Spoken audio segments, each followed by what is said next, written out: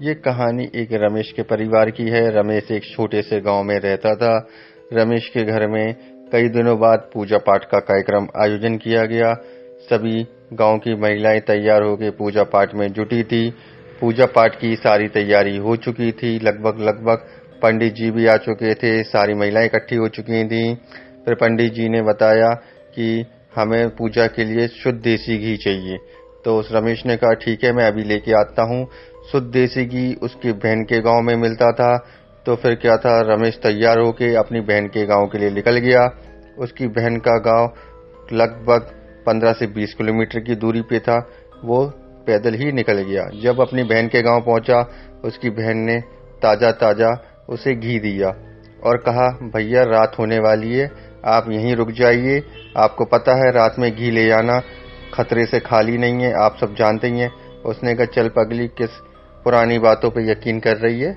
और वो रमेश घी लेके अपने घर की तरफ निकल चुके। जब वो जा ही रहे थे घी लेके, रास्ते में उसे एक आम का पेड़ दिखा।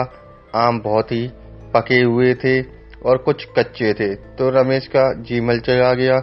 उसने सोचा कि मैं पके आम तोड़ लेता हूँ। फिर क्या था, उसने पके आम तोड़ लिए और इकट्ठा करने लगा। इकट्ठा करते करते तभी उसे एक डरावनी आवाज सुनाई दी, आम तो तू ले जा पर ये घी यहाँ छोड़ जा। फिर क्या था, वो आम और घी दोनों लेके भागने लगा।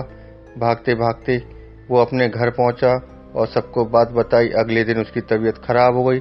अगले दिन इतनी ज्यादा तबीयत खराब हो गई कि उसे एडमिट करना पड़ा। काफी दिनों बाद वो सही नहीं हुआ तो किसी ने बताया कि ऊपरी साया है। फिर एक वहां के तांत्रिक के पास ले जाया गया। तांत्रिक जी को पूरी बात बताई गई। तांत्रिक जी ने उसका उपचार किया, झाड़ फूक की। फिर क्या था, अगले दिन से वो थोड़ा सही होना शुरू हो गया। अब रमेश पूरी तरह से स्वस्थ है। अब रमेश को भी पता चल गया कि रात में घी ले जाना कितना ही खतरनाक हो सकता है।